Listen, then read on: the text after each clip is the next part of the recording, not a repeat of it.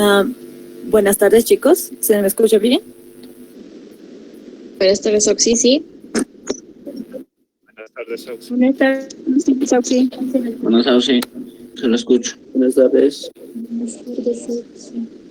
Perfecto. Buenas tardes, chicos. Qué bien que se oiga.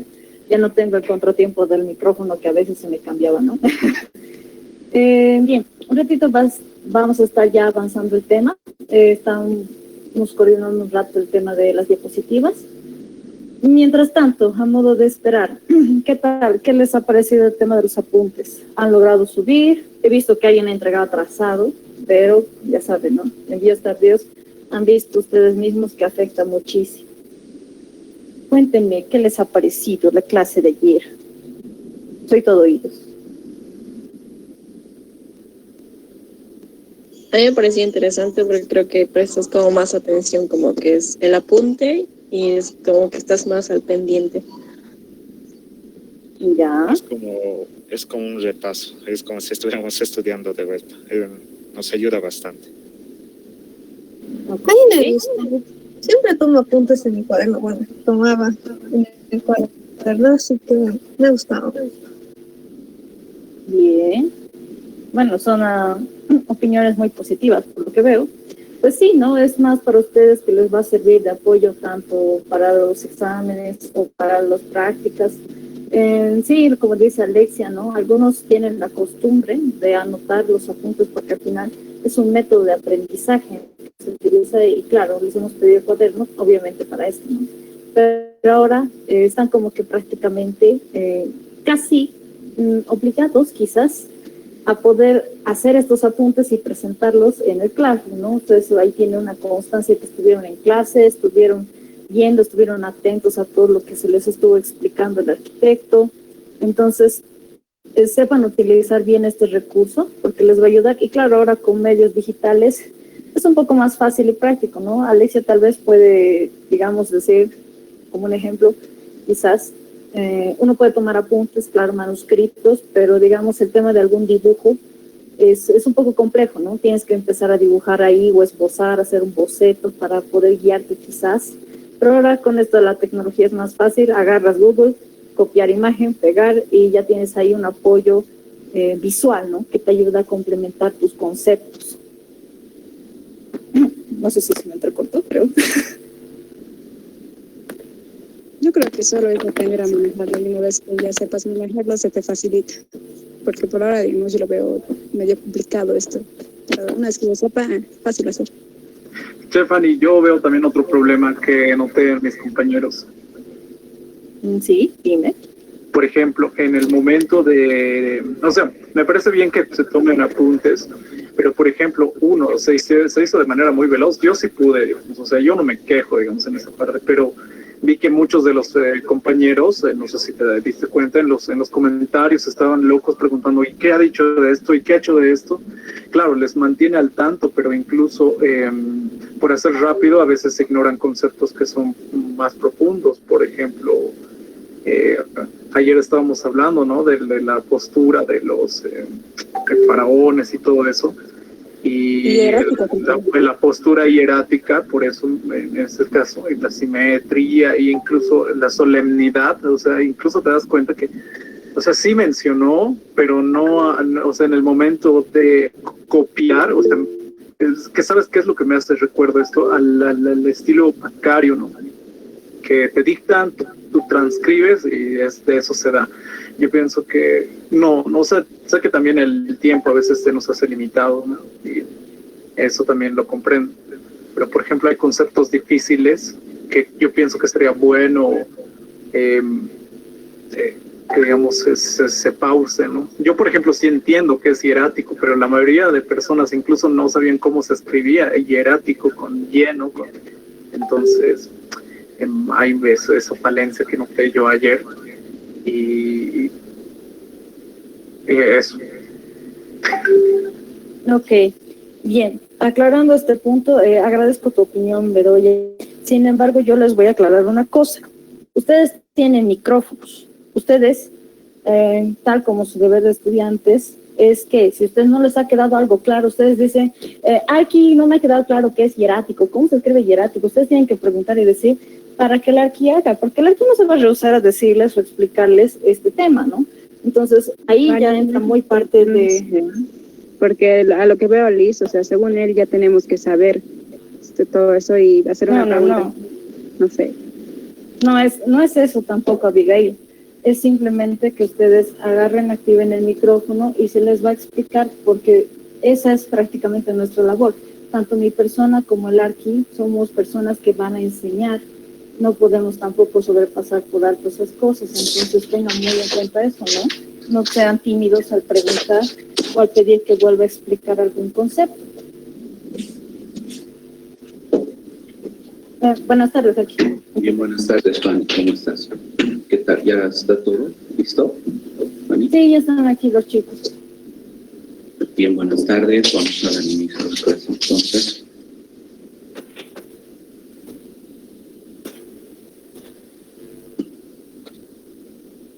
¿Algún comentario, Fanny? No, les estaba pidiendo un rato que qué tal les había parecido la actividad de ayer. Algunos comentarios, ¿no? De que no entendían alguna palabra o se habían perdido en algún concepto.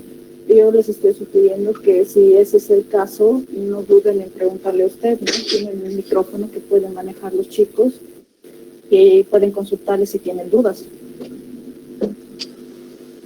Sí, ha habido consulta, ¿no? De parte del grupo.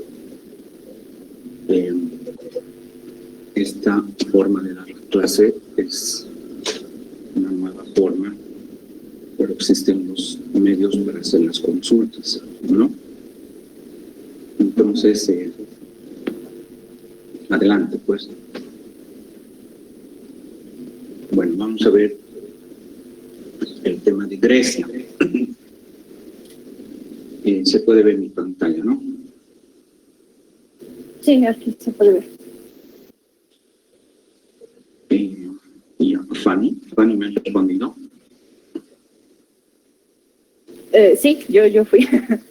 Ya, sería bueno, pues, las personas que sugieren, ¿no? Que planteen. Bueno, vamos a contextualizar Grecia.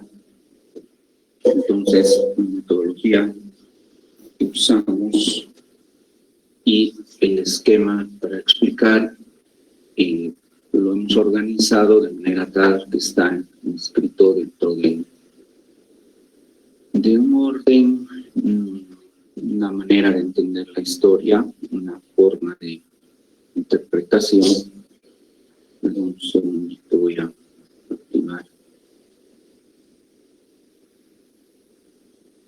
Un segundito, por favor.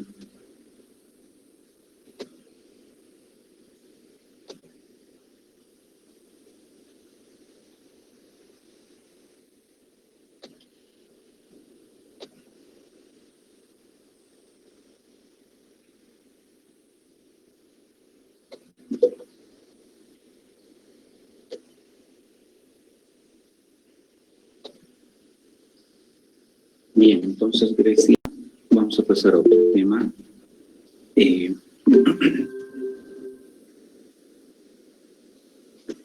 Grecia está clasificada dentro del modo de producción esclavista. ¿Ya? Entonces nosotros hemos visto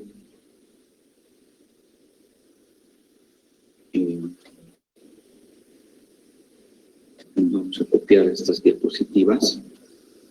El materialismo histórico, voy a mostrarles brevemente. La concepción materialista de la historia, también conocida como materialismo histórico. Y nuestro plan global está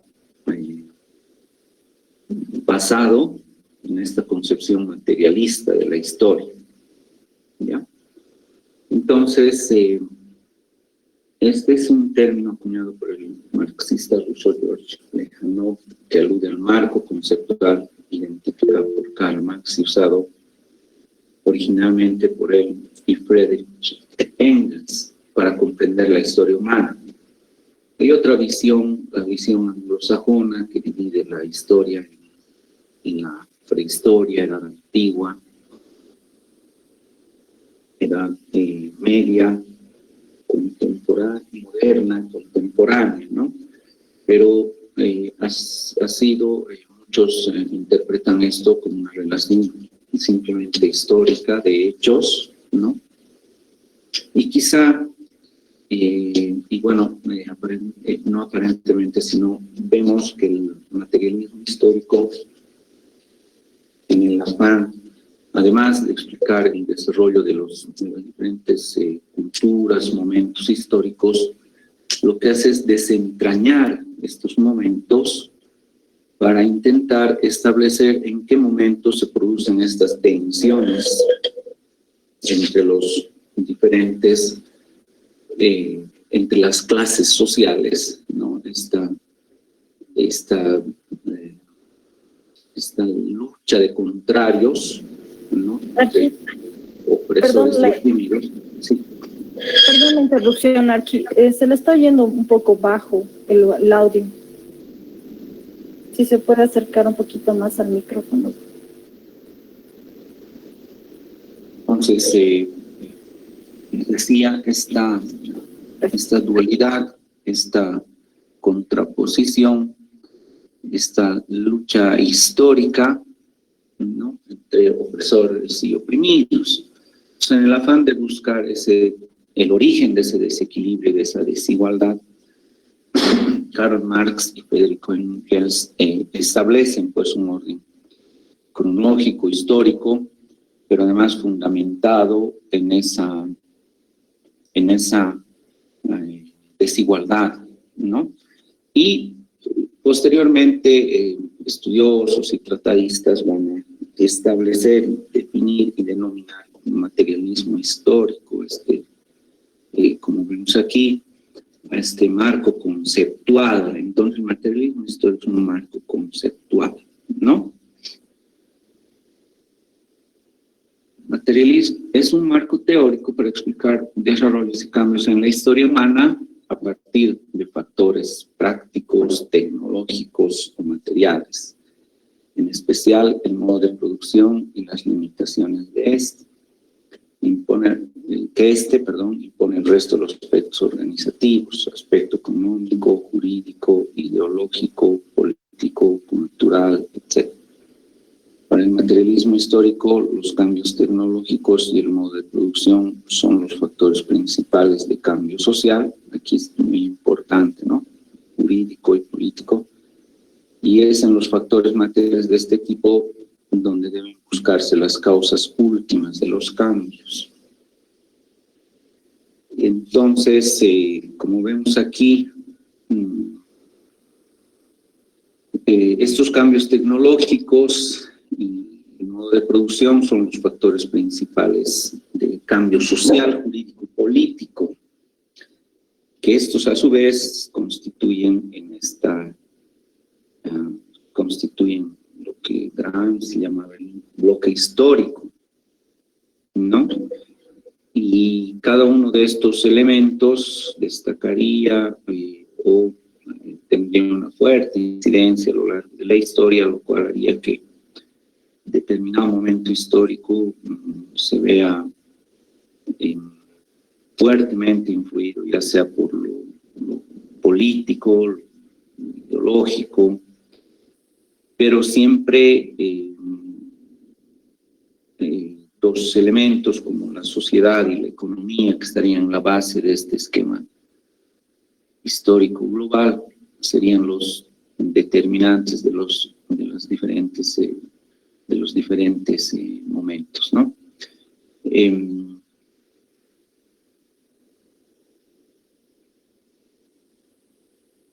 A ver, aquí esto habíamos armado el año pasado para intentar un poquito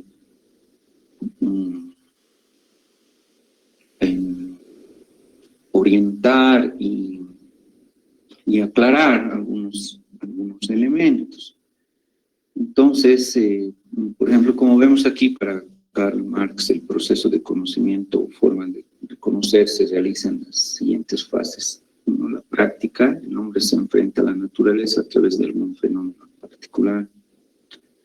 2, la teoría, el hombre elabora una interpretación teórica del fenómeno. 3, práctica, el hombre pone en práctica su teoría, no solo para ver si funciona, sino para transformar su propia naturaleza. La dialéctica es un método de pensamiento que aborda el estudio del mundo, la naturaleza, ideas, sociedad, sujeto siempre en movimiento. La dialéctica siempre está en movimiento. Este sería el motor generador de los cambios en el mundo. A este punto, bueno, en realidad hay que copiar todo esto ya, pero la dialéctica es muy importante porque, como vemos aquí, esta se va a constituir en el motor, en el generador de cambio de momentos históricos, ¿no? Vemos al final, el materialismo dialéctico estudia las leyes del movimiento en la naturaleza y las ideas y las sociedades. Se entiende por la ley. Por ley, a una relación necesaria entre las cosas, los fenómenos o procesos. Dicha relación deriva de la naturaleza interna de los mismos, es decir, de su propia esencia. Pueden capturar la pantalla o copiar rápidamente. Ya, unos segundos, vamos a dejar esto, sacar una foto para copiar.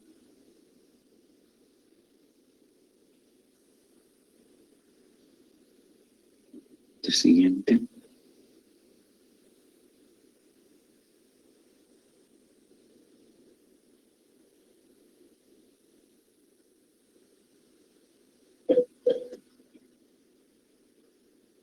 Ya, ¿no?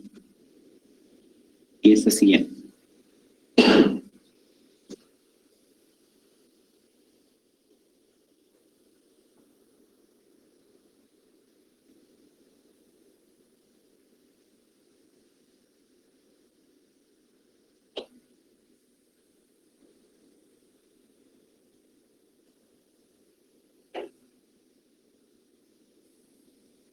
Ahora vamos a ver el modo de producción. Entonces, el modo de producción no consiste en la producción de objetos tangibles. Ya muchos estudiantes se han confundido creyendo que es la forma de producir panes o ladrillos. No, el modo de producción, como vemos aquí, los modos de producción son la forma en que los hombres se organizan para producir, distribuir y consumir los bienes que satisfacen sus necesidades. Copiaremos, por favor, ya o memoricemos. Los modos de producción son la forma en la que los hombres se organizan para producir, distribuir y consumir los bienes que satisfacen sus necesidades. Según Marx, a lo largo de la historia de la humanidad, se han sucedido, es decir, uno tras otro, 5 modos de producción. Entonces, estos serían la comunidad primitiva, el esclavismo, el feudalismo, el capitalismo, y aquí vamos a modificar algo, el comunismo, ¿no? que debía ocurrir, el modo de producción comunista, pero no ha ocurrido. Entonces, para darle un orden a nuestras... estamos viendo diferentes momentos históricos. Hemos visto esta comunidad primitiva, ¿no? O lo que vendría a constituirse como el modo de producción primitivo. Y ahora vamos a ver el modo de producción esclavista. Vamos a ver el caso de Grecia inicialmente. Después vamos a transitar al modo de producción feudal, al modo de producción capitalista, y vamos a... Bueno, si bien no nos corresponde, vamos a intentar definir por qué debía haber ocurrido, por qué no ha ocurrido el modo de producción comunista que habían previsto estos teóricos, ¿no? Los intelectuales que planteaban esta teoría.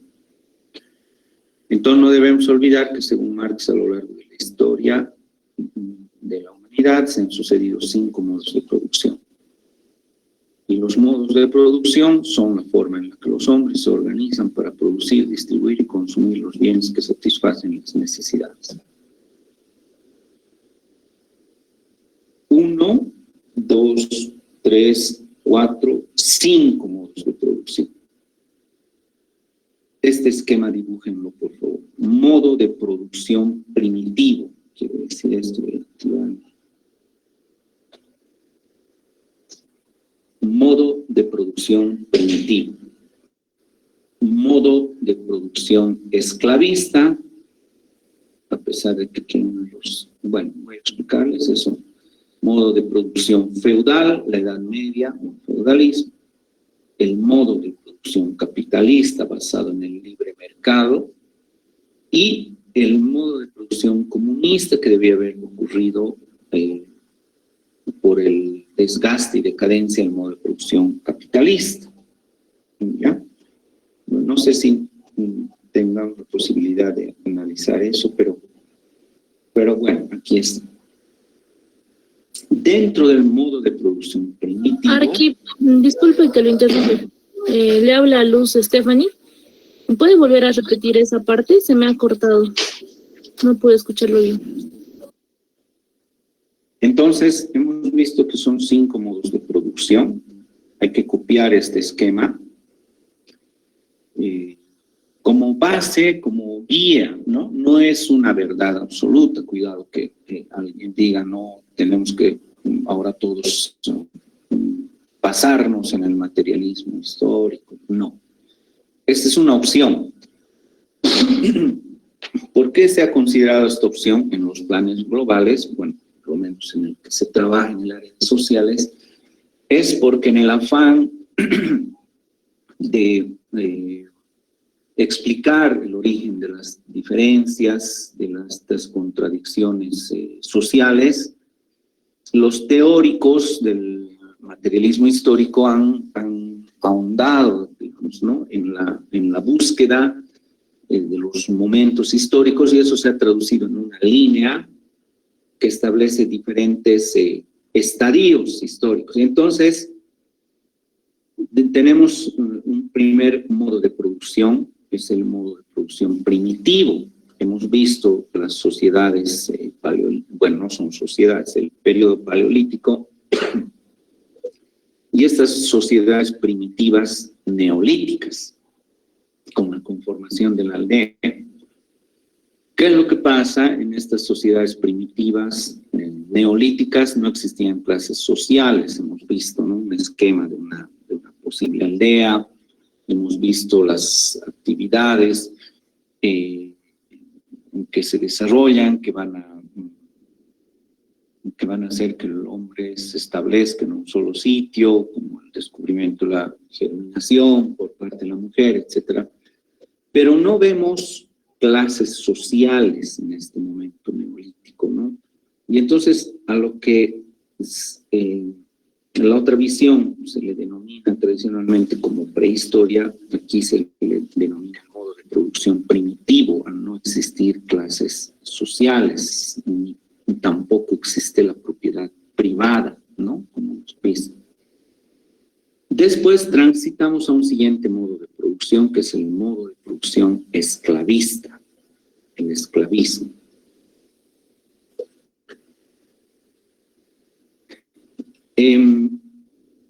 Transitamos al modo de producción feudal, modo de producción feudal,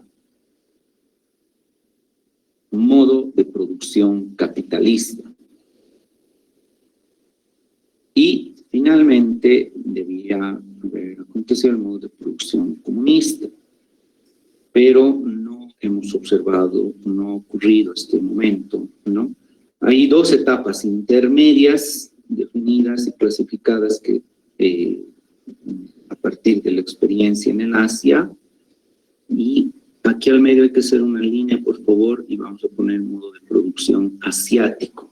Sería un estadio que ha ocurrido, ¿no? Modo de producción asiático. Y aquí,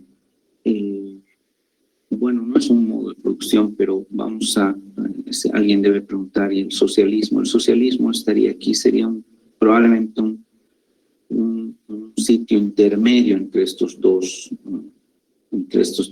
modos de producción. ¿Ya? ¿Ya copiaron este esquemita? Esto vamos a ver después cuando estemos interpretando esta parte, ¿ya?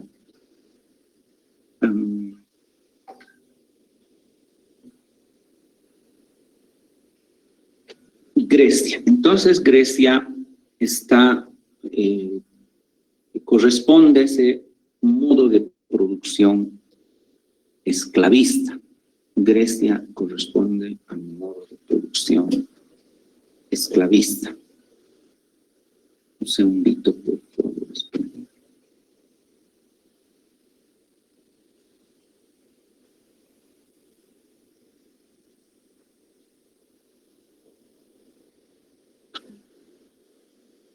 Cuando esté ahí, por favor, hagan una copia.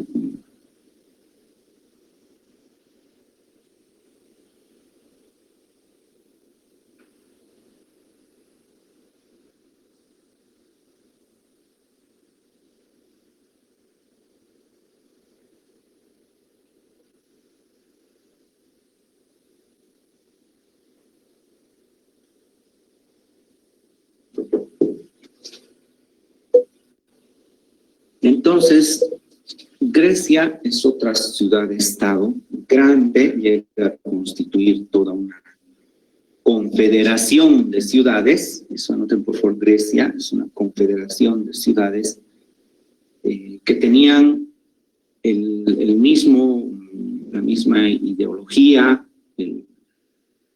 no necesariamente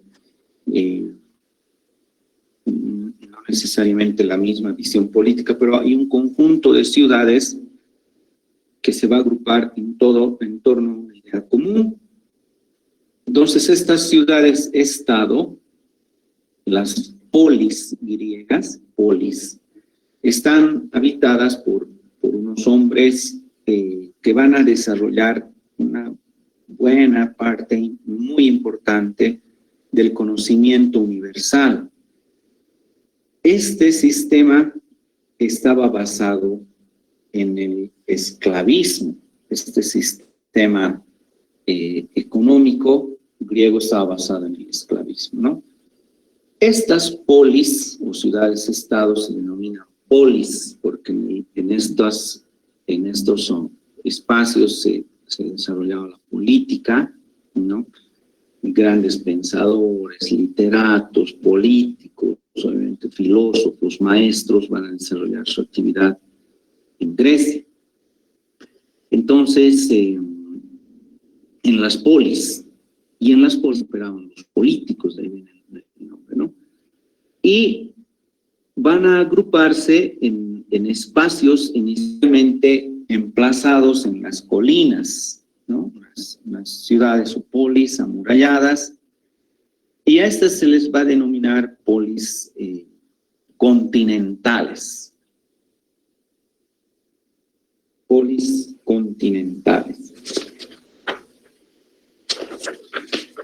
Una vez que estas polis o ciudades llegaban a cierto número de habitantes, por favor hay que revisar esto, parece que eran el número de 10.000 personas. Lo que se hacía era fundar una nueva polis, una nueva ciudad, vinculada espiritualmente a la polis madre, ¿no? Y estas otras polis, como vemos aquí, con el tiempo y habiéndose consolidado esta sociedad griega, descienden, miren, aquí está la colina, la polis madre. Estas polis coloniales, así se llaman, esta es polis continental, polis colonial, van a ser emplazadas en sitios más favorables, más benignos, bueno, no podemos decir benignos, ¿no? Pero con cierta facilidad para el diseño y el crecimiento, pero además, y lo más importante, es que eran ciudades-puerto. En un primer momento, cuando se está consolidando la sociedad griega, las polis se van a emplazar en las colinas. En un siguiente momento fundacional, las polis coloniales se van a establecer en el llano, pero además cerca del puerto. En este caso estamos viendo el mar Mediterráneo, ¿no? Que es el es el espacio de intercambio cultural, comercial en el mar Mediterráneo. A partir de los 10.000 habitantes, vamos a revisar ese dato, lo que se hacía era constituir una nueva polis. ¿Por qué estamos viendo estas polis? Porque estas, además de ser el espacio donde estos habitantes desarrollan sus actividades muy importantes para la historia de la humanidad, para la cultura occidental que nosotros también nos ha llegado a través de la conquista, en estas polis vamos a encontrar una serie de elementos, vamos a ver figuras, vamos a ver graficación, vamos a ver compilación de leyes, vamos a ver este alfabeto griego, de hecho alfa y beta, ¿no? De ahí viene de los griegos. Entonces, estas polis encierran un gran depósito de elementos muy interesantes, cambio de visión, representación y además las actividades que desarrollaron en ese momento los hombres, ¿no? Vemos aquí una representación de cómo podían haber sido estas polis. Estas polis en las colinas, las polis continentales, las polis madre, como les decía, una vez que llegaban a cierto número de habitantes, lo que hacían era fundar otro espacio vinculado espiritualmente al principal, ¿no? Entonces aquí observamos, por ejemplo, el ágora. Bueno, esta es una plaza, ¿no? Sí, el ágora es el espacio de reunión, ¿no? De los griegos, el espacio de diálogo, el espacio político. Y ahí vamos a ver muchas ideas de estos pensadores, por ejemplo, esto que ahora reclamamos, democracia, en realidad habría que definir exactamente, ¿no? Porque este último tiempo se ha usado de diferentes maneras la democracia, ¿no? Unos dicen hay democracia, otros no. Pero esa idea, ¿quién creen que crea la democracia? Los griegos. Demos kratos, quiere decir el poder de todos. La democracia habían creado los griegos. La idea de contar con no darle el poder a una sola persona, sino delegar el pueblo, gobernar a través de representantes, también lo van a idear los griegos, porque ellos van a digamos, establecer que cada cierto número de habitantes debían tener voz a través de un representante en sus asambleas. Y se nombra a la persona de mayor experiencia, a la persona de mayores conocimientos. Ellos le llamaban a las personas, a los sabios, senectos. Entonces, senecto significa una persona mayor, no necesariamente vieja, ¿no? Senecto, mayor. A ver si pueden buscar la definición, senecto o senectud. Y de ahí viene el término senador. Senador. ¿Se han preguntado alguna vez por qué tenemos senadores? Los griegos habían inventado. Entonces, los senadores debían ser personas de experiencia, personas expertas con conocimientos en la vida. Y estas personas adquirían ¿cómo puedes adquirir la experiencia con experiencia durante tu vida? Y mientras pasaban los años, uno tendría mayores experiencias, ¿no? Y bueno, ellos, y también sabios, estudiosos, y ellos planteaban que estos senectos, ¿no? Por el avance de los años, habían acumulado ciertos conocimientos, ¿no? En la actualidad vemos que se ha reducido la edad de los los senadores, representantes, ¿no? Hay algún problema por ahí, estaba viendo ayer algunos reclamos, ¿no? Pero miren cómo esta Cámara de Senadores, la democracia, el demos kratos, también es una idea de los griegos, ¿no? En la ciudad vamos a observar, bueno, viviendas, una serie de edificios, unos gimnasios interesantes, los templos griegos con una gran simbología, gran representación en cuanto a las figuras y demás. Los teatros, aunque aquí estamos viendo un teatro que ha sido elevado, digamos, del nivel del piso, ¿no? Porque los griegos son los que van a plantear los teatros al aire libre, obviamente, pero construidos aprovechando las pendientes. Probablemente por ahí tenemos una imagen, ¿ya? Esta imagen nos ayuda a ver algo que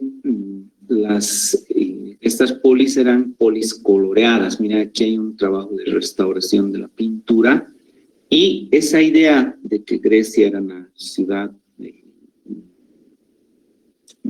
de piedra, de mármol, pálida, no es correcta, ¿no?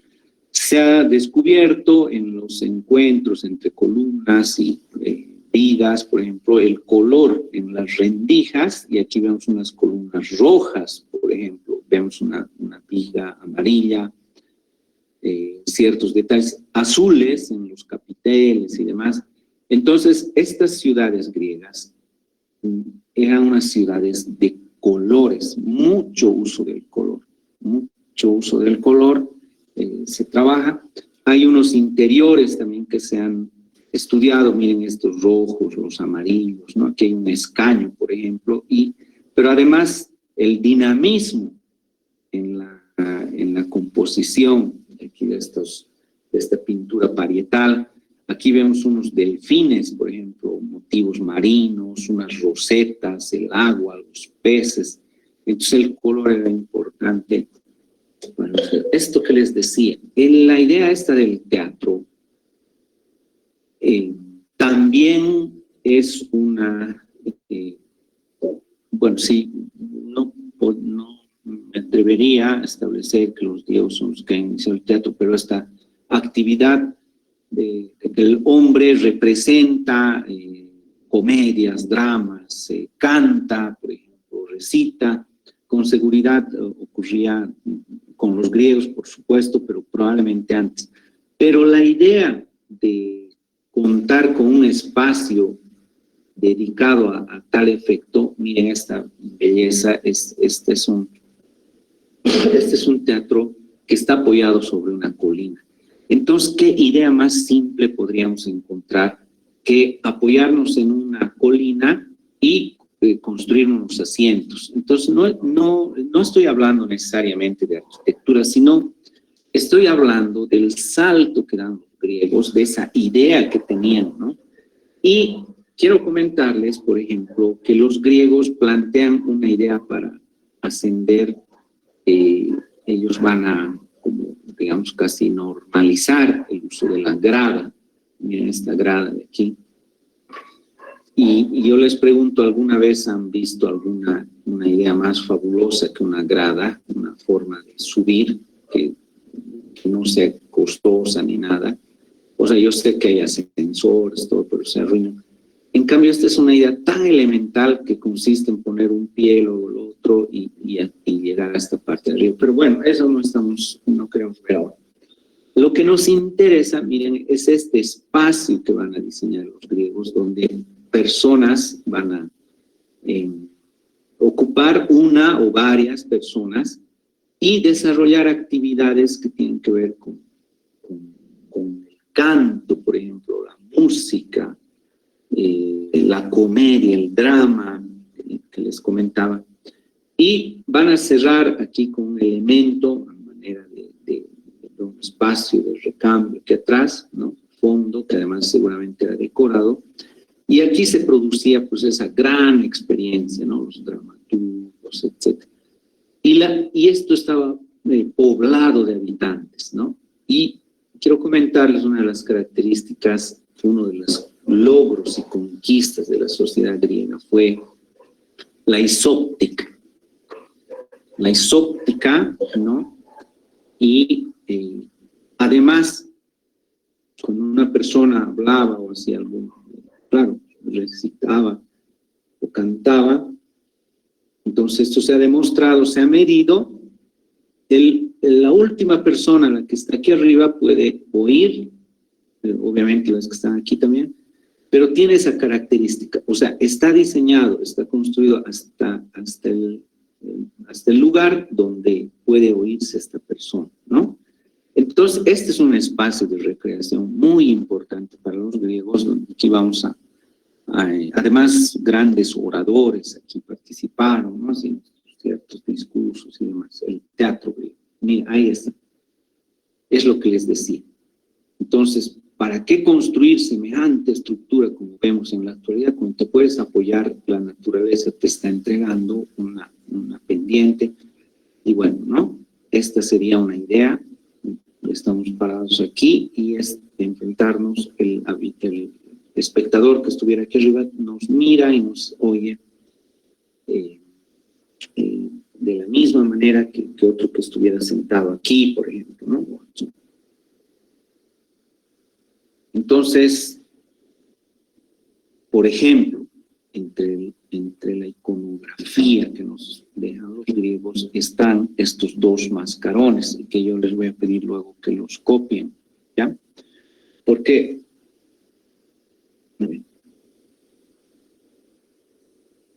en este caso es una representación clásica, icónica, la representación del drama y la comedia. En este caso, dos mascarones que han sido replicados en muchos de los palacios, en teatros, ¿no? En este caso, los dramas, ¿no? Claramente ahí vemos dos rostros que hacen alusiones. Un momentito, por favor, esperen.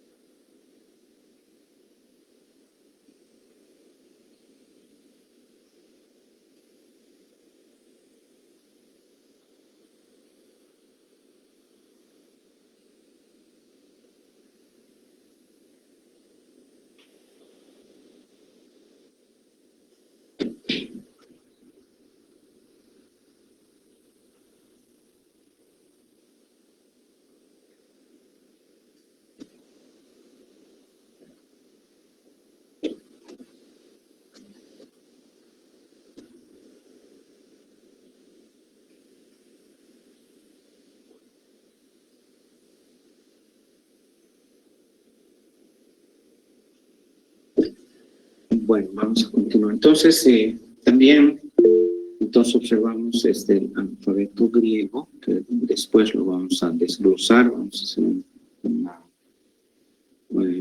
unas réplicas, y como les decía, de hecho, miren, hasta el término alfabeto, miren aquí, alfa y beta, ¿no ven? Alfa, beta, los dos primeros, inclusive eso. Por eso les decía que los griegos van a sentar las bases de la sociedad occidental. Entonces, pero nosotros no somos eso, sí, pero nos llega a través de la conquista. Y es tan fuerte, tan dura la influencia que casi mecánicamente repetimos algunas cosas, ¿no? Sin darnos cuenta, por ejemplo, el alfabeto, democracia, todo lo que les decía. Cuando le pedimos a un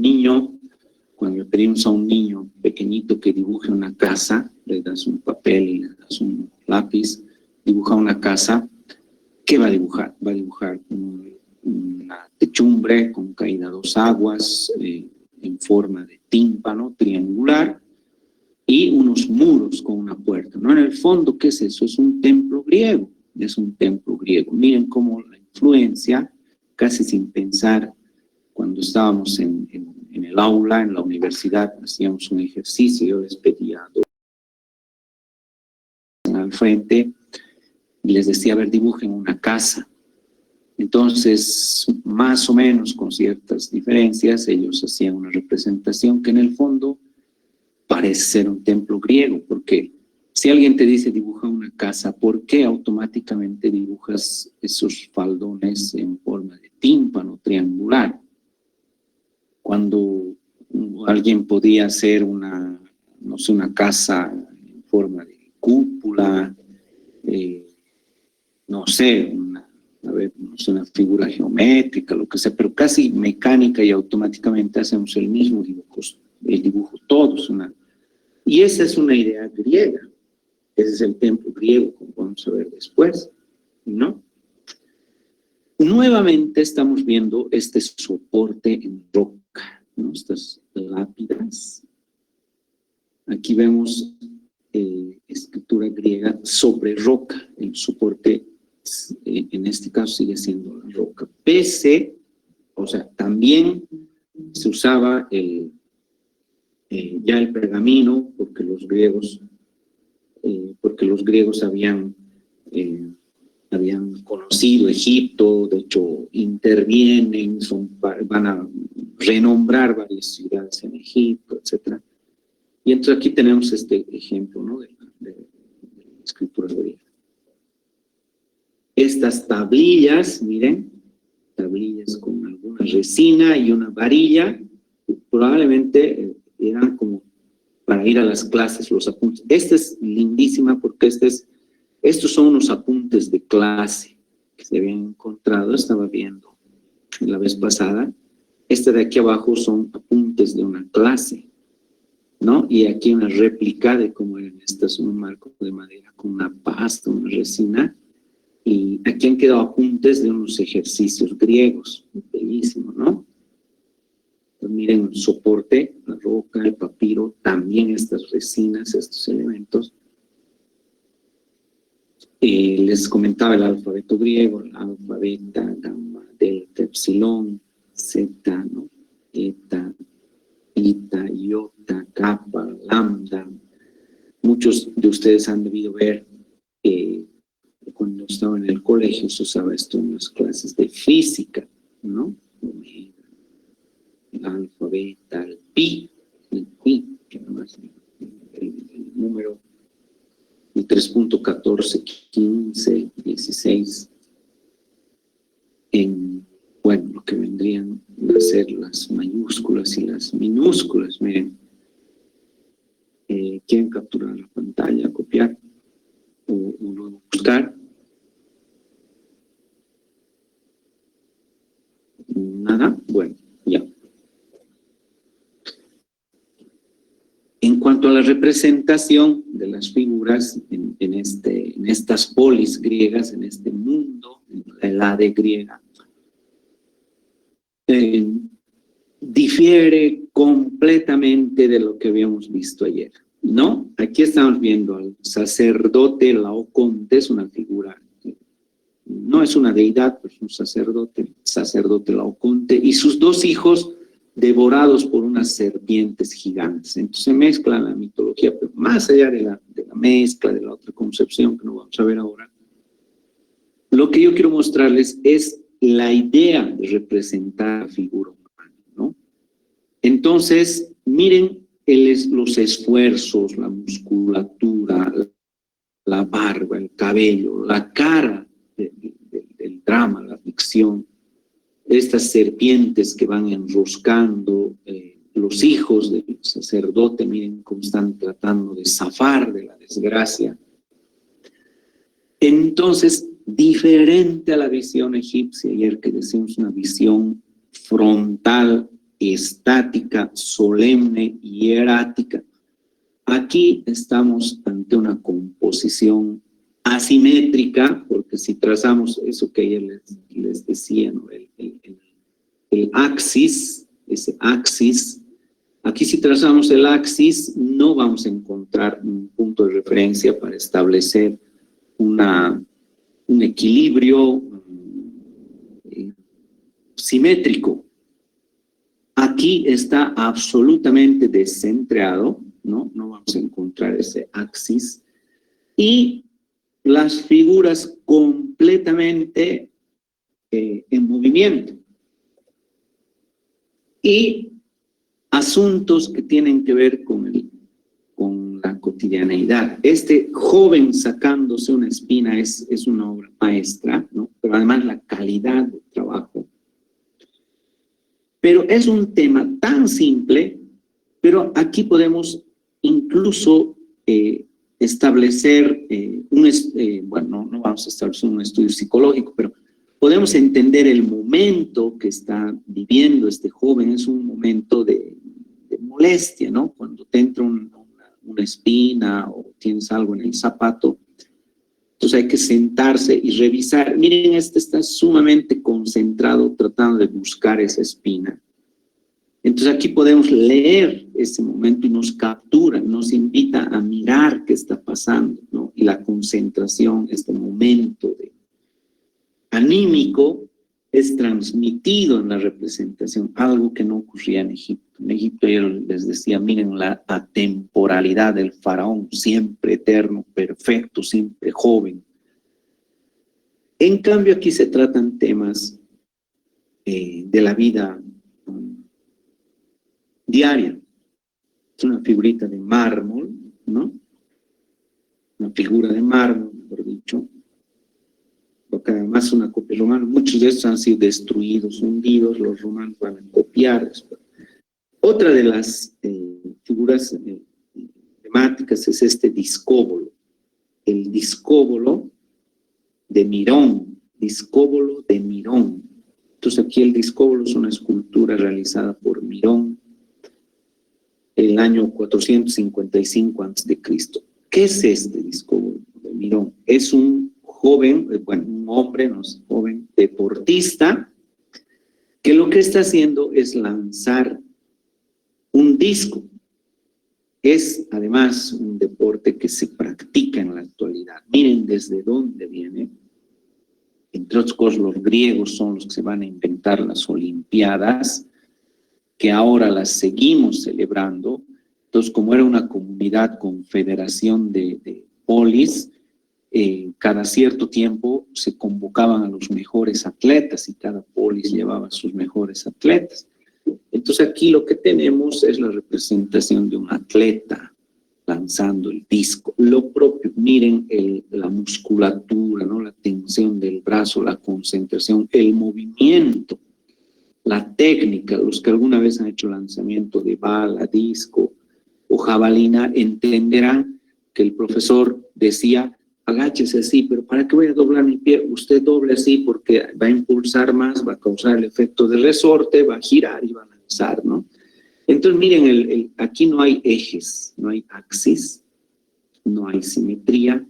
Entonces, las representaciones son dinámicas, las representaciones son en movimiento.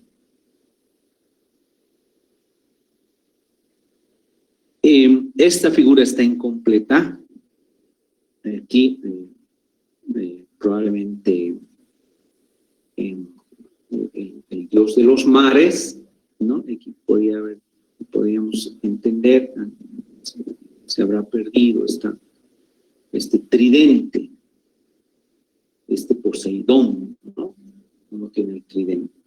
Lo propio, la cabellera, los ojos, no podemos trazar un eje, pero se trabaja mucho la perfección en la figura humana. El discóbolo de Mirón, Hermes, Afrodita, el concepto del canon de belleza. Es otro de los aportes, otra de las ideas, de los ideales de los griegos. Entonces los griegos establecen el perfil que debía tener una persona, ¿no? Aquí vemos una un rostro de una joven, el tocado en los cabellos, el cabello, cómo debía estar recogido, adornado, pero sobre todo el perfil, la nariz recta, los labios, los ojos. Y ahora muchos nos preguntamos, ¿por qué tenemos que ser así? ¿De dónde ha salido esa idea que las chicas o los chicos deben ser? Y muchos decimos, pues yo no soy así, y no soy, pues, claro, no somos griegos, ¿no? Pero pareciera que mucha de nuestra ropa, zapatos, ¿no? Muchos de los elementos que usamos están diseñados para la gente, entre comillas, perfecta, entre comillas, que sigue el canon griego de belleza. Los griegos van a ser los que establecen este canon de belleza, esta idea.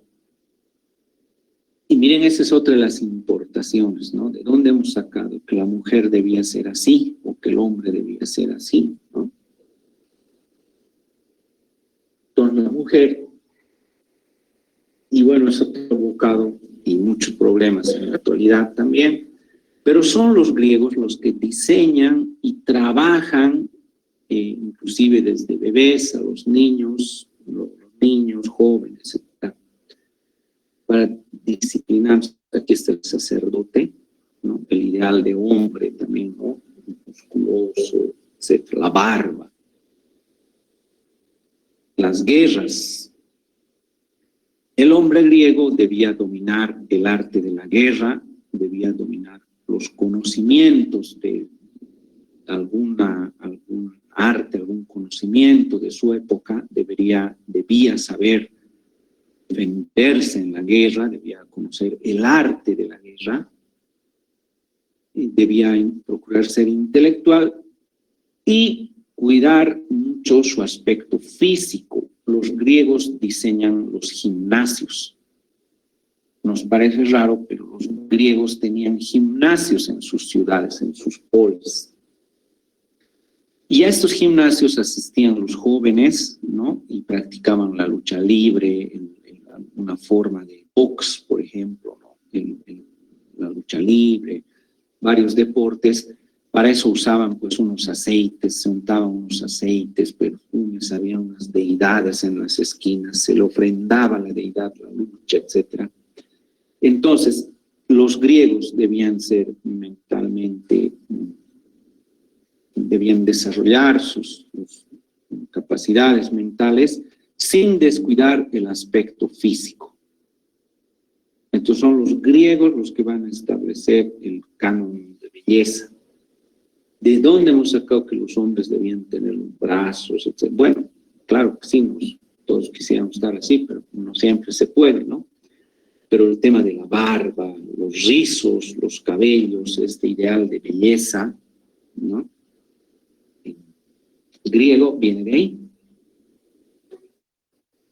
Los griegos también nos comentan mucho la relación, el vínculo de estas deidades femeninas, diosas y dioses, ojo, es una sociedad politeísta, la sociedad griega.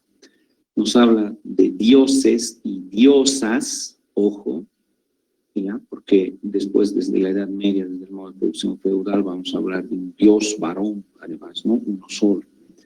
Pero vean, antes de la Edad Media, antes del cristianismo, en las culturas nos hablan de dioses y de diosas, estas diosas que además se involucran con hombres o semidioses y se enojan y luego van y castigan, ¿no? Matan, etc. Hay unos chismes. Entonces los dioses y las diosas eran similares a los hombres, eran iguales. ¿Cuál era la única diferencia entre los dioses y los humanos? Había un gran problema, había una gran contradicción entre los hombres y los humanos, que era la mortalidad. Los hombres tenían un tiempo limitado, iban a morir. En cambio, los dioses eran eternos. Los dioses eran eternos, los hombres morían. Esa era la gran preocupación, ¿no? Y hay un momento en el que se busca esta fórmula para encontrar la vida eterna, unos elixirs, y parece ser que en algún momento se encuentra este elixir por fin. Y bueno, hay un caso, por ejemplo, ¿no?, de una diosa que sumerge a su hijo en esta marmita con este líquido, lo habría sujetado del talón, ¿no?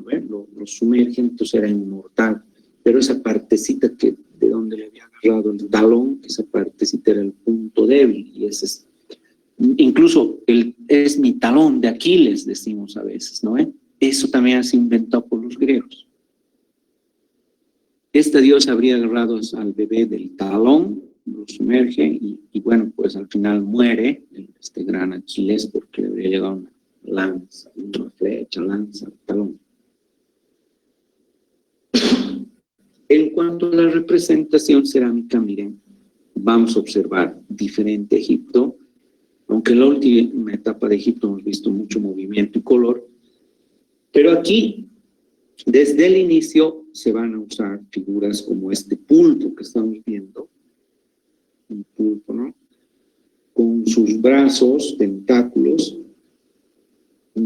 dibujando unas ondulaciones, ¿no? Unas ondulaciones, mucho movimiento, mucha representación y alusión a la vida marina. Lógico, el mar Mediterráneo está ahí, ¿no?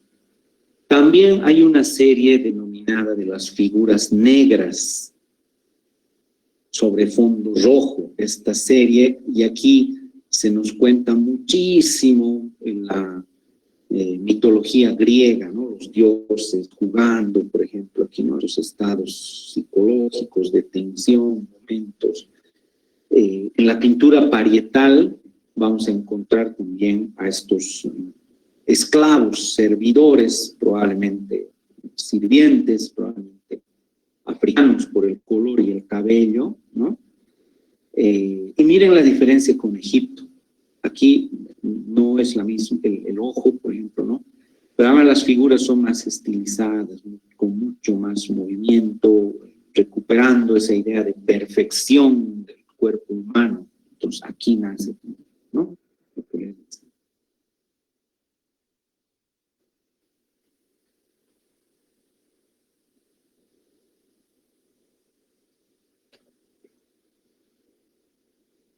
Se está viendo, ¿no? Sí, sí. Sí, Arqui. Y entonces les hablaba de la idea de la construcción, es decir, la construcción mental, ¿no? Todos dibujamos este techo, una casa, siempre son los griegos son los que plantean esto, ¿no? Este es, tomen nota, este es el famoso frontón griego. Frontón griego. Que en el fondo es la fachada, digamos, el frente de un templo griego, como dice su nombre, pero con el transcurrir de los años, esto se ha convertido en un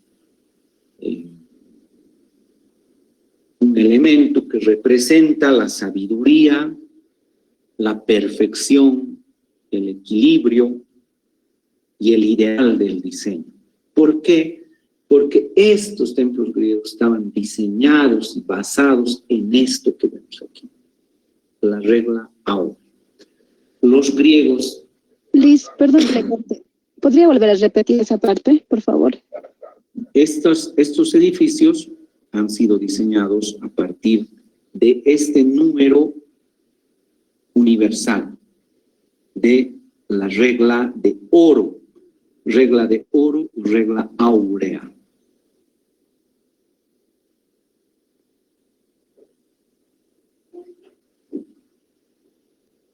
Esperen un segundito, por favor.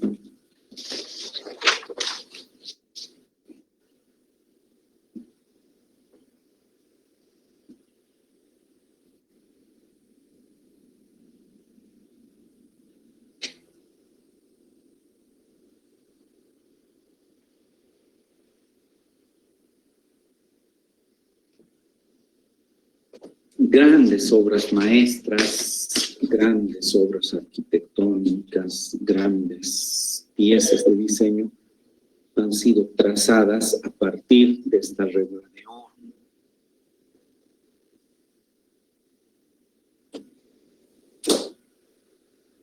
Entonces, se ha hecho un trabajo de medición, las columnas, todo el esteleóbato, el estilóbato, son triglifos, metopas, aquí, ¿no? En el mismo frontón, con todas las figuras, todo calza dentro de esta idea. Entonces, el ideal griego era diseñar, dibujar una ciudad amable, una ciudad acorde a las dimensiones del hombre y la mujer. Entonces, por eso su gran preocupación, los griegos diseñan teniendo muy en cuenta las proporciones naturales y las proporciones del hombre.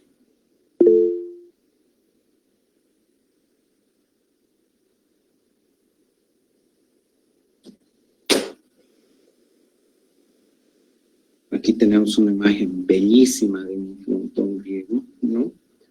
Y este se descompone en una base con 3 escalones. Ellos plantean por primera vez la idea de separar el edificio a través de un elemento de transición que viene a ser esto. Las columnas, anoten por favor, columnas, no son pilares ni pilastras, se llaman columnas. Sobre las columnas portan el friso y el arquitrabe. Friso y arquitrabe. El friso liso sin decorar y el arquitrabe decorado con triglifos, 3 de estas piezas y metopas que hacen alusión a las antiguas construcciones de madera. Una cubierta, un frontón, un tímpano griego, de manera triangular, ¿no?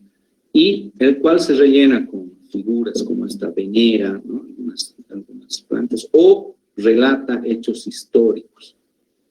Esta imagen es bellísima, perfecta, la vamos a... Enseguida les digo lo que van a hacer ya. A ver, ojalá no se distorsione, creo que es una imagen muy pequeña. Bueno, tal vez aquí. Entonces, toda esta base se llama estilóbato. No estamos estudiando arquitectura ya, pero estoy mostrándoles el concepto. Fuste de la columna, el capitel, importantísimo, esta cornisa. Aquí el arquitrabe, friso y arquitrabe. Friso, liso, arquitrabe, este elemento es una cornisa. Este es acróteras y el frontón al medio, esquema de templo. Y lo correcto sería representar de esta manera, con color dorados, rojos, pues, la azul que habíamos visto ayer, verdes, malaquita, los óxidos ferrosos. Dentro de estos templos no había ellas, había una sala del tesoro donde estaba guardado la sella, el tesoro para el, ¿no? Los griegos van a diseñar 3, se denominan 3 órdenes arquitectónicos griegos. No es porque queramos estudiar arquitectura, pero así se llaman. Anoten, por favor, órdenes arquitectónicos griegos. ¿Qué son los órdenes arquitectónicos griegos? Son 3 tipos de columna que diseñan. La primera es el dórico, el jónico y el corintio. El dórico representa la fortaleza, la robustez, representa al hombre. El jónico es una columna más estilizada, tiene una base, tiene un remate capitel, representa a la mujer. Jónico representa, el orden jónico representa a la mujer. Y el orden corintio, que igual tiene una base y se remata en un capitel que tiene forma de hojas, enseguida vamos a ver detalles, mejores detalles.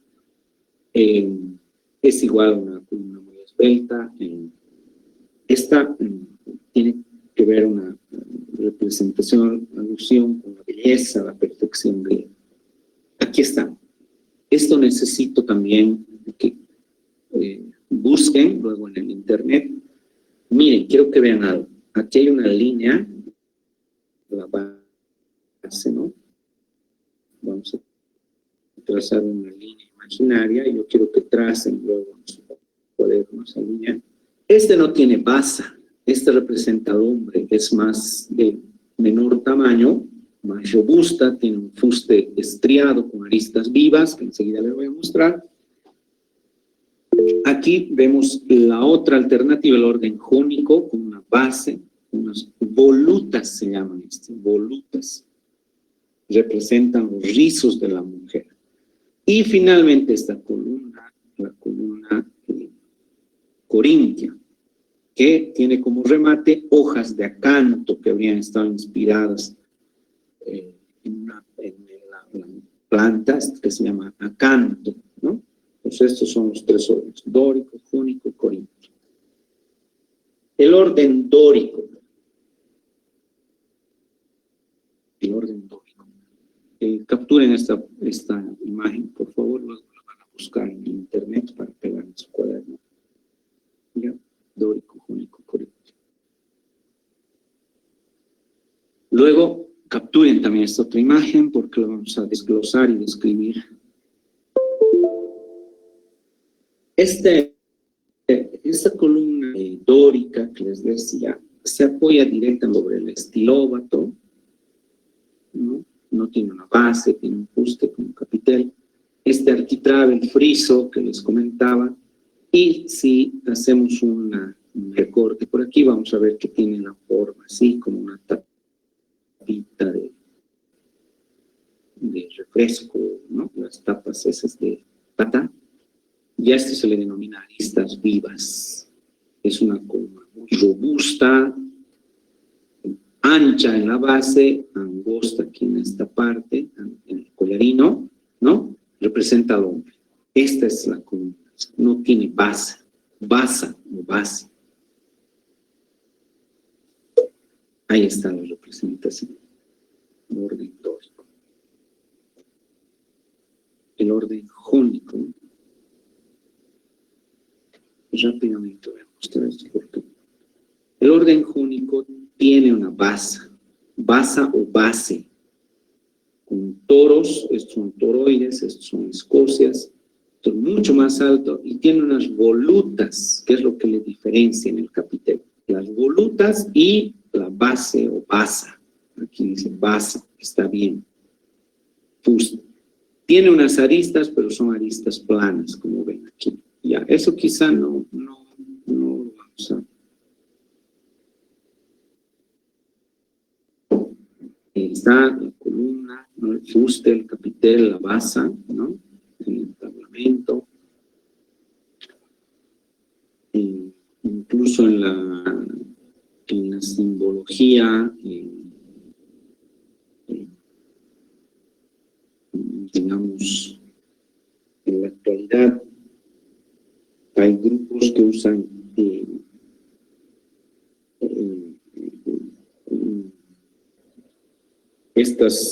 estas figuras, estos elementos son usados para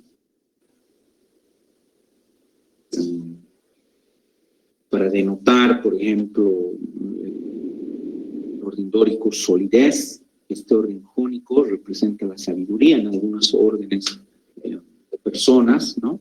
Y el orden corintio representa el jónico representa la belleza y el corintio la sabiduría, ¿no? Bases de la simbología actual en ciertos grupos. Por ejemplo, la Facultad de Arquitectura, bueno, no han tenido tiempo ustedes de visitar la facultad, porque la carrera de diseño gráfico es parte de la Facultad de Arquitectura y Ciencias del Hábitat. Nosotros usamos como facultad esto.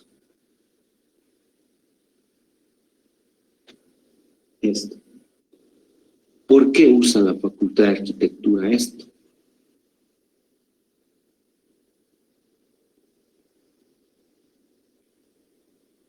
diseño gráfico está dentro de la Facultad de Arquitectura, porque tiene esa simbología, la perfección, no se olviden lo que les digo, ¿no? La Facultad de Derecho va a usar también, va a recurrir a una figura alegórica griega. La UNESCO usa el frontón griego, ¿sí, no?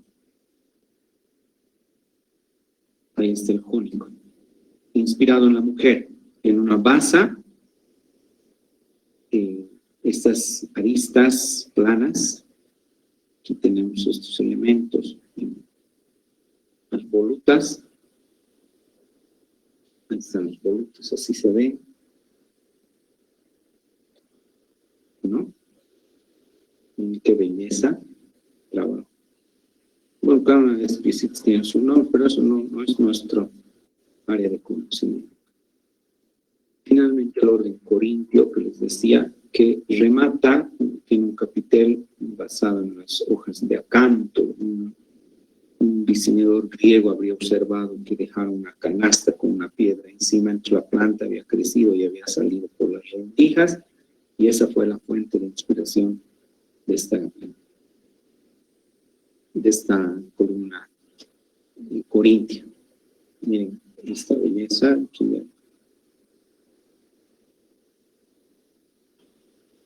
Estas son las hojas de acanto. O sea, les decía que esto ha sido inspirado en ese canasto, ¿no? Ahí está el orden corintio. También observamos, y seguramente esto es parte de estas mujeres son las famosas columnas en forma de mujer, son las cariátides. Anoten por favor las cariátides, que son las mujeres esclavas, ¿no? Miren cómo, pero además el movimiento, los pliegues, ¿no? Los rostros, pues eran. Disculpe, arquitecto, ¿cómo se escribe eso? ¿Qué cosa? Las mujeres. ¿Cómo se escribe? Cariátides. Cariátides. Muchas gracias.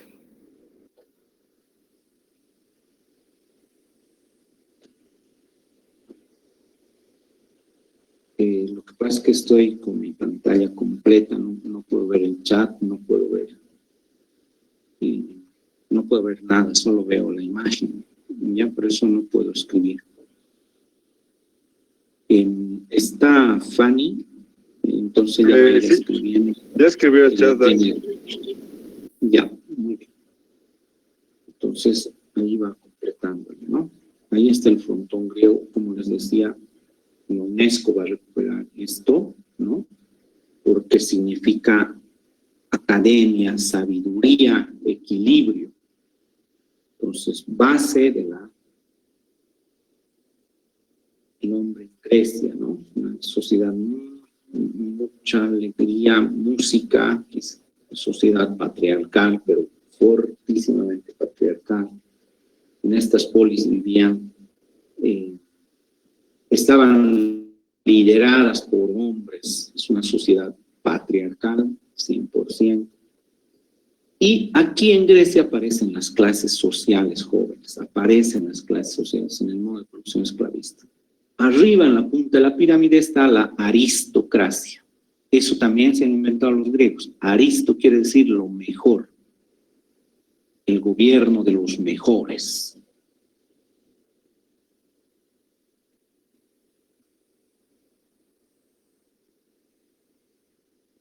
¿Han escuchado alguna vez? Aristo, lo mejor.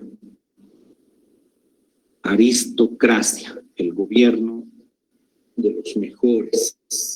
Hace un tiempo, el año pasado, no sé, cada cierto tiempo aparece un grupo de personas y nos dice deberían gobernar los notables, los mejores. Y yo escucho en la radio, veo en la televisión, ¿y quiénes son los mejores? Pues, ¿quién son los notables?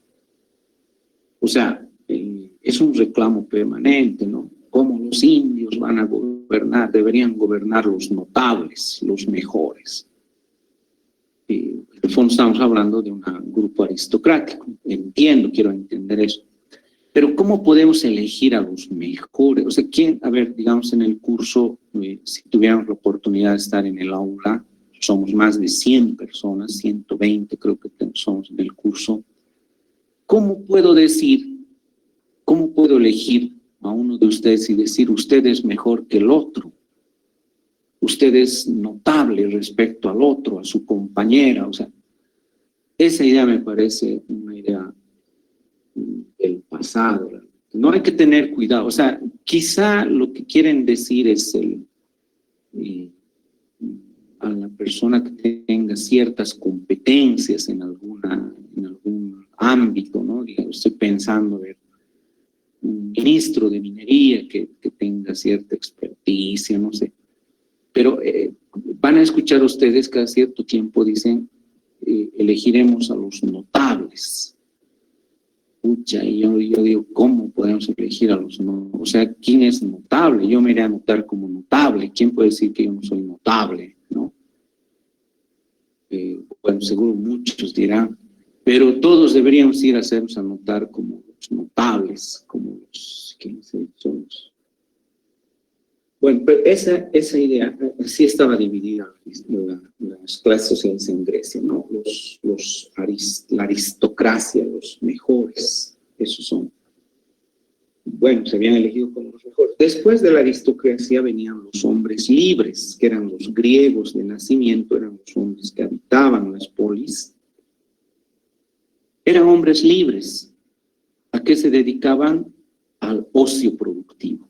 Se dedicaban a hablar, se dedicaban a la política, al arte de la guerra, a las experiencias, al juego, al gimnasio, al arte de la guerra, como es decir. Pero si tú te dedicas todo el día a hacer política, al arte de la guerra, al gimnasio, ¿de qué vives? ¿Qué es lo que pasa? Había una base social, ahora sí acuérdense de Gramsci, del bloque histórico. La sociedad estaba basada en el esclavismo. Claro, mientras yo estaba en la calle haciendo política, de ahí viene el nombre polis, mientras yo era notable, senador y no sé qué, había un grupo sometido que eran los esclavos.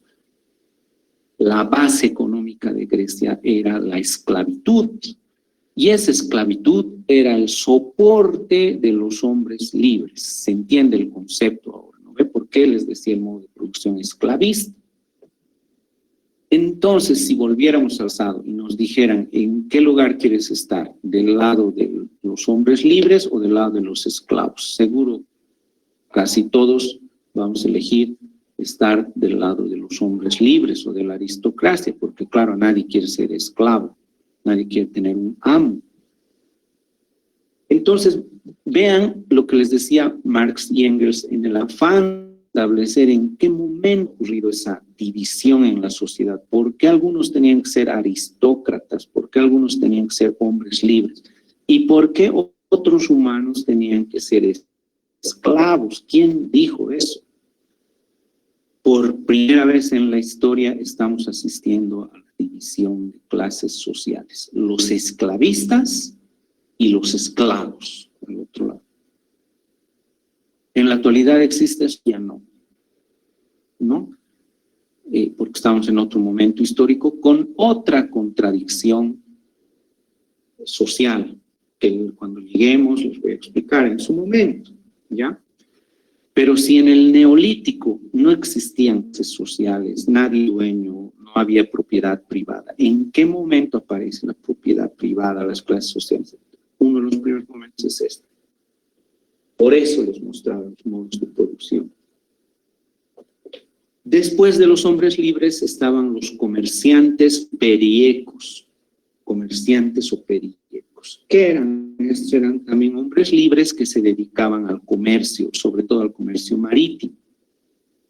Y entonces en los puertos habían hombres libres, habían esclavos, habían extranjeros, y estos hombres comerciantes, periecos, tenían una característica, eran hombres libres y se les permitía usar un gorrito, un gorro que conocemos aquí como chulo, de color rojo. Entonces los que tenían eso en su cabeza decían: soy hombre libre, comerciante. para que no ser confundido con un esclavo o con un forastero, ¿no? Después de estos comerciantes o periecos estaban los esclavos, que como les digo son la base, y creo que no es necesario comentarles las aberraciones, el sometimiento, la explotación y los crímenes a los que fueron sometidos los esclavos durante este periodo.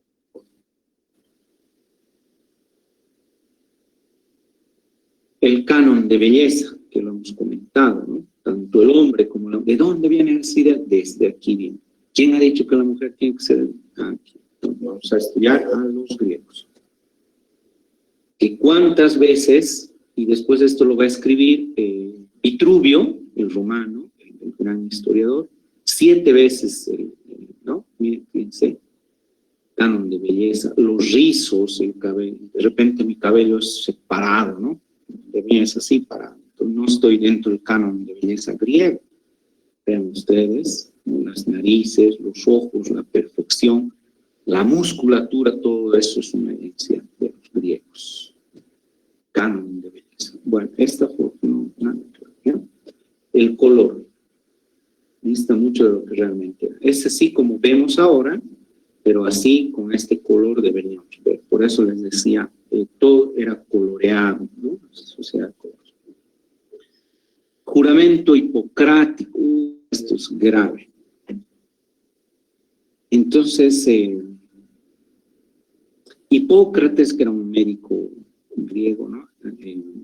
Como dice aquí, se les hacía jurar a sus discípulos, a los que les enseñaba, les hacía jurar que debían atender ante todo a los pobres. O sea, si no había dinero, era una labor que un médico debe cumplir a pesar de no haber dinero, de asistir a la gente necesitada, pobre. Pero es un juramento de evaluar en algunos lugares. El gorro frigio, este es el gorro que les decía que usaban los comerciantes en el puerto. Eran hombres libres, pero tenían que usar esto para distinguirse de los esclavos y de los forasteros. Entonces este gorro significa libertad. También era obsequiado a los esclavos libertos. Tan es así, tal es el significado de este gorro, que si vemos en el escudo de armas de Bolivia, vamos a encontrar el gorro frigio, ahí arriba en nuestro escudo nacional. ¿Y qué quiere decir eso? Que Bolivia es libre, ¿ya? Los Juegos Olímpicos, como les he comentado, eran deportes practicados por los griegos cada cierto tiempo. Las polis se reunían en estos encuentros y realmente estos atletas, los ganadores, tenían una fama tan grande como los artistas de Hollywood, los grandes referentes en la actualidad, ¿no? La lucha libre, el discóbolo que hemos visto, ¿no? La concentración, miren ese trabajo, ¿no? Entonces dista mucho de lo que habíamos visto en Egipto. Ahí están carreras, pugilato, lanzamiento de disco, carreras de caballo, salto largo, longitud, salto alto, lanzamiento de jabalina. Muchos de estos deportes se siguen utilizando en la actualidad. Entonces, se siguen celebrando las Olimpiadas. Bueno, en este tiempo quizá no. ¿Y con qué se le premia al ganador? Se le premia con esta cosita. Es una coronita de laurel. Desde aquí viene, vean. Por eso, vuelvo a repetir, los griegos sentaron las bases de la cultura occidental. Las polis, ¿qué ha quedado de estas plazas? Miren estas plazas con estas columnas tenían un techo, y en el intercolumnio se producían pues esos debates, esas polémicas, los filósofos hablaban, la educación epicúrea, ¿no? Epicuro caminaba, y los estudiantes le seguían. El maestro hablaba, y los estudiantes caminaban detrás de él, observaban la naturaleza, bajaban, subían. Otra lógica de enseñanza al aire libre. El teatro griego, una maravilla, la isóptica, no se olviden, de cualquier lugar se puede ver. Aquí nadie te tapa. Es tan perfecto esto, la isóptica y el audio, igual, ¿no? viste que se hablaba de aquí, se escuchaba hasta el último arriba. Ahí está, cariátides, con acento, ¿no? Columnas en forma de mujer, las esclavas en forma de columna. La voluta, aquí está el nombre que les voy a apuntar. Voluta, son estos elementos, estos son las volutas. ¿Inspiradas en qué? En los rizos de la mujer, ahí está.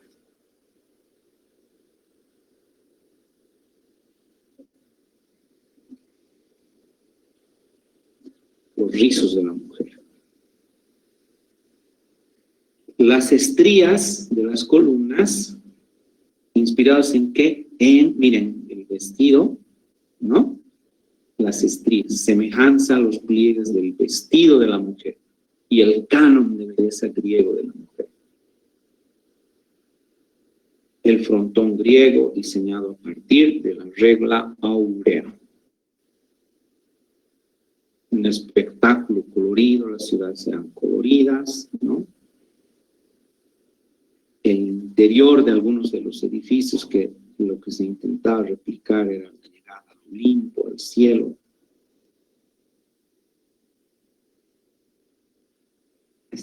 Ya teníamos una explicación antes, pero no me va a alcanzar aquí.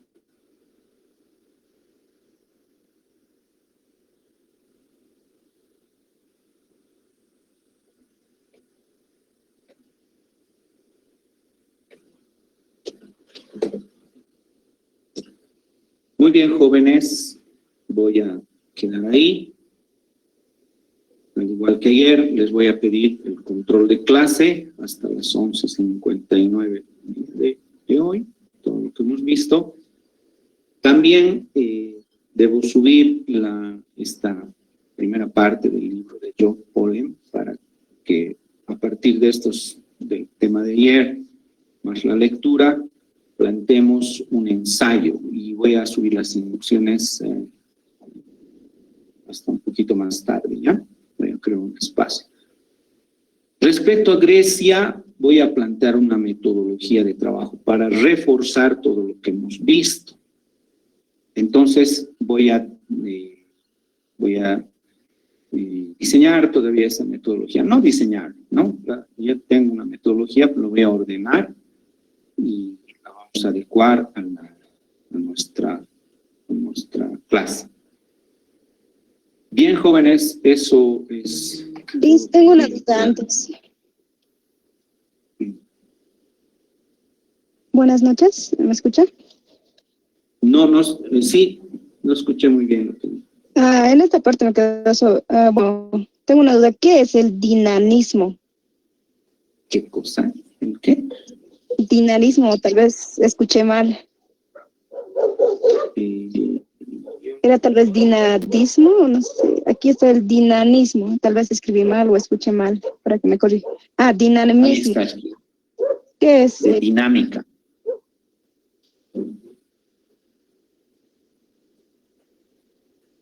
De dinámica, de movimiento.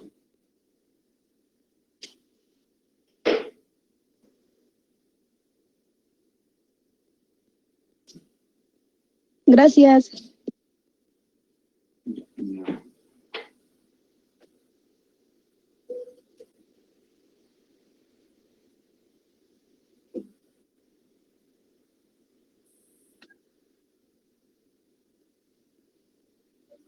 ¿Sí?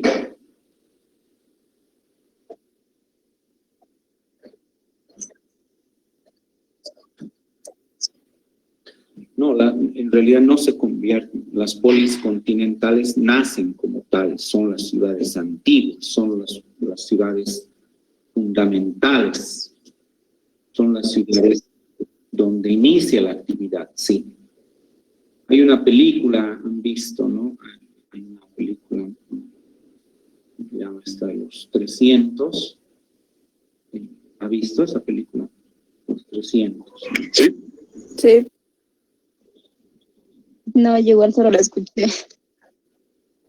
Ya, sí, o sea, es violenta, la verdad, pero un poco, generalmente es la que todos han visto.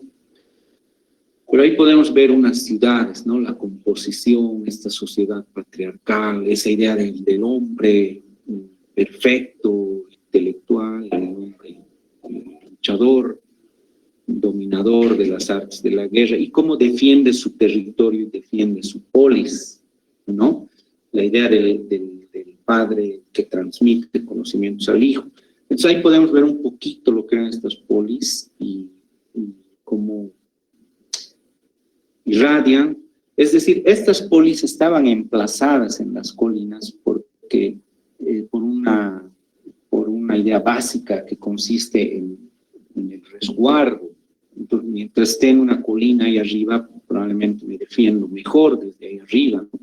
Si alguien quisiera atacarme, tiene que subir primero, si yo tengo ciertas ventajas. Pero una vez que se consolida el dominio del territorio, se fundan estas nuevas ciudades ya en sitios llanos y mejor cerca a los puertos para comerciar en todo el Mediterráneo.